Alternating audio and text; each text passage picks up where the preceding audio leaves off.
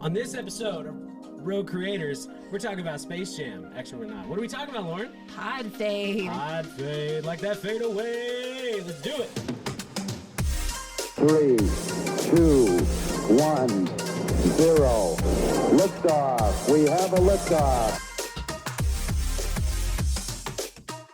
Welcome back to Rogue Creators, presented by Go RogueX. My name is Bryan Fittin. And I'm Loren Lewis. And this is the podcast dedicated to marketers and creators who are wanting to serve first and stand out from the crowd. Make sure that you subscribe every single week, YouTube, as well as Spotify, Apple Podcasts, to get all of the tools and resources you need to be the go-to name in your industry. Let's go.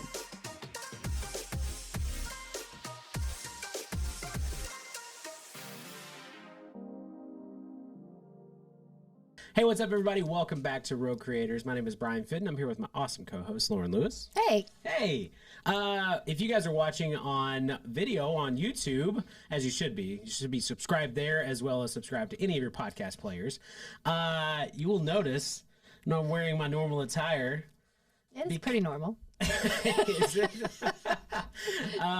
So I'm doing this for our obsession question that we usually get to, but today we're going to be talking about Podfade, one of my favorite topics, right? It's a real thing. It's an industry term, and everybody needs to understand that and know that. I get so much grief around here for saying that all the time, but it is. So I'm so excited to talk about Podfade and what you need to do to avoid that if you're just starting a podcast. But before we get into that awesome content, we like to start off with something fun. What's that, Loren? Each week we like to start off with, what are you obsessed with? So, Bryan. Yeah. You're really ready. I am. I came prepared. Tell us. Okay, so obviously, Space Jam 2, or not Space Jam 2, it's A New Legacy, I think is what it's called. Anyway, so my kids are absolutely obsessed with it. I showed them Space Jam this last year without the intention of a new one coming out, and we watched it on DVD, and it was pretty terrible quality, but that's okay because I wanted them to experience the nostalgia that I did, which again, Warner Brothers is totally feeding into the new movie. Movie was fine. It's okay. It's whatever. They're both terrible movies, but Jordan is definitely the GOAT, and at me, seriously, if you think otherwise. But anyway, yes, so I came in my Toon Squad jersey that I got for like $3 at Walmart. Couldn't pass it up. My like $7 Toon Squad hat that I found at TJ Maxx. There's no way in the world I was going to spend any more than $10 on a complete outfit that has anything to do with Looney Tunes. But that's my obsession. So I want to know. I really want to know what other people's thoughts are on the movie because Jacob and I actually had a full in-depth discussion this morning about it. I am pro the movie. Pro which movie? Pro both of them. They're both terrible movies, but like they get the job done. Like they're for kids, and they teach them lessons about being good dads and good kids and stuff. So yeah, there it is. And Don Cheadle, by the way, saved that entire second movie. He is by far he's an amazing actor and showed it. Everybody else was pretty rough. But anyway, other than that, it was really good. So I definitely want to hear your thoughts on Space Jam and or The New Legacy. Whoa. Yeah, why didn't you come in whatever you're obsessed with attire, Loren? Well, thinking of what I actually am about to talk about would not be. Uh-oh. It'd be weird. What are you obsessed with, Loren? Well, and I have to explain this again. Sometimes I have to be really clear. I think obsessed is a little strong of a word. Is it? No. Is it? So I have been watching One Tree Hill. Okay, now let me explain why. One Tree Hill. Yeah. Gotcha. So obviously it's pretty old now. But going back and watching it, I've never watched it before. And the reason I'm obsessed with this is because I don't know what is going on with this show. It is the weirdest teen drama mixed with adult drama. There's 16-year-olds getting married in high school. What? It's super weird. And so I keep going because it's just, there's something fascinating about it. Oh. It's just something you have in the background while you're doing, like, I'm working at night or whatever. It? Is it what's on the background? Or is it fascinating? Yeah. Oh, it's totally fascinating. Oh, my gosh. I don't have time in my life for that. I got to watch Space Jam movies. You just watch documentaries drama. on conspiracy theories. Only once, and we're not going to go down that path. That's another podcast entirely. But what we are going to talk about today Podfade. Podfade. Where's the crowd cheering? Why would you cheer for Podfade? Because it's finally happening. We're talking about this. Oh, I was gonna say it's not a good thing. Yeah, exactly. Anyway, so tell us, what is Podfade? Well, there's a great description here that actually, Ashley, our awesome podcast coordinator, joining the team to do awesome podcast prep. She actually came on, and the description is, when a podcast is said to experience podfade, it usually indicates that the podcast creator has suddenly stopped coming up with new episodes without any prior notice. This may not be as an intentional end to the series as you would expect. How many podcasts have you listened to, seriously, Loren, that all of a sudden you're like, the latest episode was like a year ago, and you're like, it ended like, I want more. Like, I listened to that episode, I'm like, well, what happened? You know what happened? Podfade. Pod freaking fade. That's what happens, and it's not good. And so we're here today to talk to you about how to make sure that you don't get into a pod fade situation. Yeah, so there's two different types of pod fade. There's one when the podcast post all of a sudden just this is a lot of peas in this particular episode, so please excuse us. When podcast post consistency decreases, so it's just not the frequency, the regularity just kind of disappears, and all of a sudden it will just kind of disappear out of your mind and out of your feed. And then the second one is just an unintentional stop in production. So, we see this a lot with people getting really busy, and they're like, oh, I'm just going to take a break from the podcast for a little bit, and then they never return. Yeah. Which is really sad. It is sad because it is super easy to, especially after getting into the excitement, the adrenaline, all that stuff, it kind of wears off. And then all of a sudden it's like, it's just so hard. It's so difficult to keep doing this, you know? And so that a lot of times really it negates everything that you just did. Like, you put so much time and so much effort into it. You recorded, you got equipment, you did promotion around it, you put it out there, and because there was no plan in place to keep it going, it just kind of fades into the background, and that is super easy to do. And that's why when we talk with clients, we set them up ahead of time, and we want to make sure, like, hey, you have 10 episodes. That's usually 10 to 15 episodes people have in them, right? They're like super pumped, ready to go. And then all of a sudden it's like, well, we need 52 episodes. Right. Like, let's get through this year. Do you have 52 topics you want to talk about? Like, that's a lot. That's a lot. We're on episode 100 and something. Whenever this one comes out. Once we hit 100, it was kind of like, I kind of stopped keeping track. We're somewhere going to be between 114 and 118 likely when this comes out. There we go. See, Jacob knows. Yes. Anyway. So it's actually happens a lot more. It's not just like, oh, some of our favorite podcasts, this happened once. We actually have this stat. In 2019, roughly 27,000 podcasts stopped releasing new episodes, with the 8th episode being the dropping off point. And 75% of podcasts from 2018 no longer are in production now. That is nuts. That is so crazy. That is so crazy. It is a crazy statistic. That should shock everyone out there. 27,000 podcasts just dropped off in 2019. That's a lot. I mean, it is a lot. What's crazy is we just hit 1 million podcasts that are actually in production. But there was a stat out there, and I cannot think of it off the top of my head, but essentially it's like only a third of those, or maybe a quarter of those, are actually still going. Right. So that's what's crazy about it, is even this, and if it keeps happening where they just fall off and fall off and fall off, that's definitely a problem. We're here to stop that.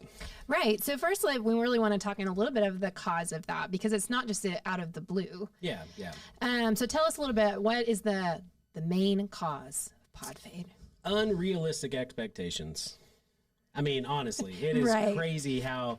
and I say this, I joke, but I mean, we do talk with people that are like, I want 1 million downloads. I want to be just like Joe Rogan. I want to have, all these big things. They see the, 1% of people who are really successful in a medium and then expect that for themselves. They think it's very easy. I just started and everybody's going to come listen to my podcast. It's that whole, build it and they will come mentality, and that's not real. And it is not a realistic expectation. And so a lot of that is obviously time, the money that you have to invest in that as well. I mean, literally our company exists because we work with people who don't have time to be able to produce and continue a podcast. And so we help them. We joke about it, but like part of our services are kind of more therapy or holding people accountable to keep recording. Because if you don't have that accountability partner there with you, then you're not going to be able to actually keep up the recording process, because it is hard. It is really hard.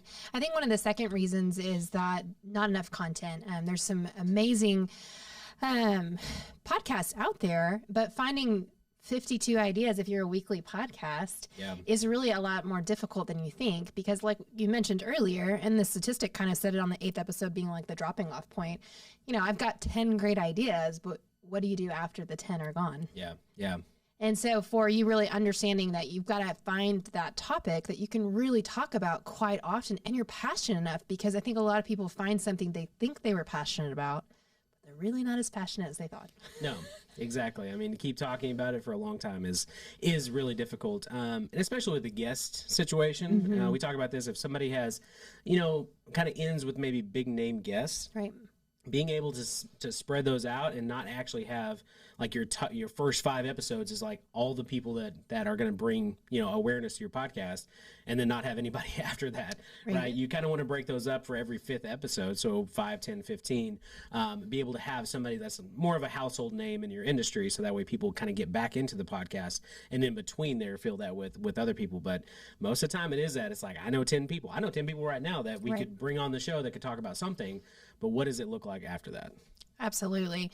And so I think, when we've talked about time, we've talked about money, not having enough ideas, but then there's also just the accountability and discipline part of podcasting.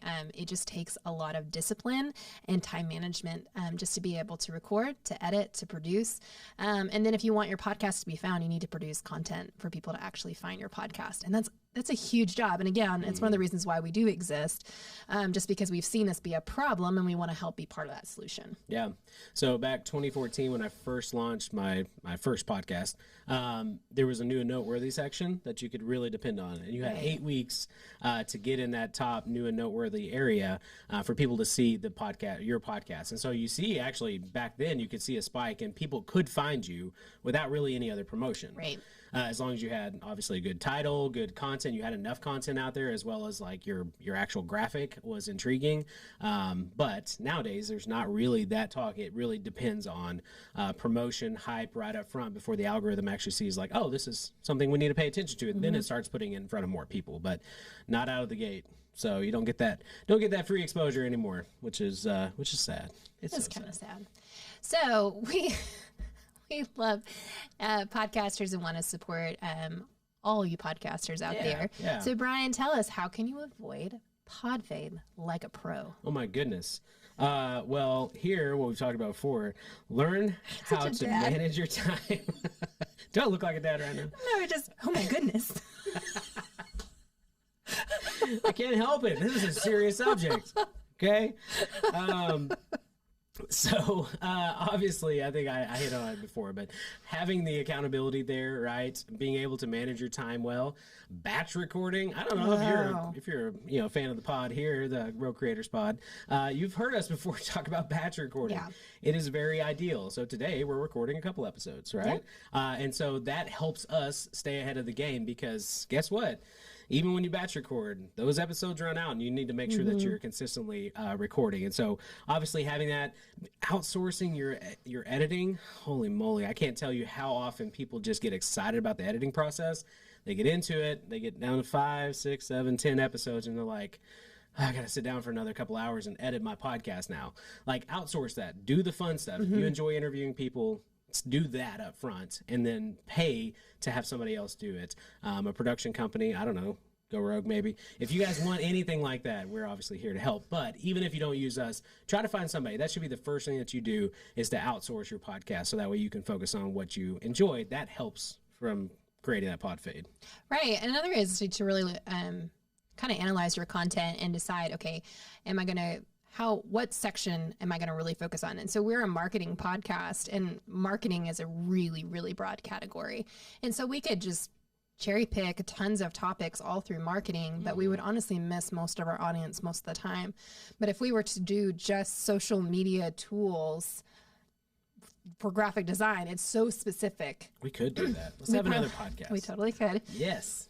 But it'd be so specific. It would be hard, especially on a weekly podcast, to come up with 52 ideas for that. And so you want to hit that sweet spot where it's like, what we usually do is come up with 4 pillars, and we're going to say on a month's rotation, we're going to hit each of those 4 pillars. We're going to find a topic within them, and it allows us to stay focused, but it also gives us a variety of things to talk about. Yeah, absolutely. And you're not going too broad, like what you said, because you go too broad, you're going to be talking about leadership and graphic design, and then we go into ad spend, and then we go into whatever else. I mean, literally, we have struggled with this with our own podcast before we really kind of like, oh, we need to figure this out and like narrow this down. And so we only talk about specific things. We only bring guests on to talk about specific things. So that way, you as a listener can understand what you're going to, you know what to expect every time you listen to our episode. And that has actually helped with our downloads as well, because it makes it very clear what we're doing. So. Right. And I think there's also the point of just knowing yourself, of understanding it. We have podcasts that are biweekly, that are monthly, that do seasons. And understanding, like, maybe I can only do it for a season and then I do need a break. I just know myself, the time of prep that I need, I'm going to do that. Or I can do this each week, or I could do it bi-weekly. Those things, it's great to decide on what your show is going to do and then just stick at that, and be really, really consistent. Our amazing podcast coordinator gave us a bonus tip. What? What? Yes. Man, now hold on. Do they have to pay for this? I mean, we might. This is a Patreon. Make sure you guys go over and support us on Patreon. We don't have a Patreon. So. But we talk about this all the time, is listening to your audience. So if anyone reaches out to you, respond. I feel like this is really obvious, but it happens a lot to where we want all these comments, but then we don't engage with that audience. And solid fans are what's going to actually keep your podcasts going. And it's going to also give you the motivation, because they're actual people. They're not just numbers. Yeah. I'm going to tell you something. Even for our show, like, is this another bonus tip? This is another bonus tip I'm throwing out there. No, it is. It's super encouraging if you're a podcaster and you understand this, that somebody actually says, "Hey, I listened to this episode. Man, when you guys talked about whatever it was, it really helped me." I'm telling you that helps you keep going. You talk about getting over Podfade. Like, if you know somebody else is out there that's listening to your podcast, that is something that is super encouraging. So those comments on social media, like, don't take those for granted. Like, actually pay attention to that. And even just the fans of our show, like the people that reach out to us, we really do appreciate you, because that helps us say, oh, we're headed down the right path, or hey, we're tracking, with what you actually want to listen to. And that only helps us get over that Podfade as well. Yeah, absolutely. Because Podfade's a real thing. It's very real. Have we proven that in this episode? Absolutely. Man. And now we've given you the steps to overcome it. That is true. That is true. So if you guys want anything that we've talked about, if you want to know where to get my outfit or anything like that, we'll have that on the blog. We'll make sure that we have all the links and everything. No, we won't. But you can go over to roguecreators.club, and anything we've talked about today will be there as well. In the show notes. In the show notes. So make sure you guys do that. And you can also jump into our Facebook group, Rogue Creators. Absolutely. We have a lot of really cool conversations happening over there and connecting people in general. So if you're looking to connect with other creators, other marketers who are doing cool things in this space, make sure you guys join that group. Right? Right. All right. And until next time, we'll see you then. Thanks.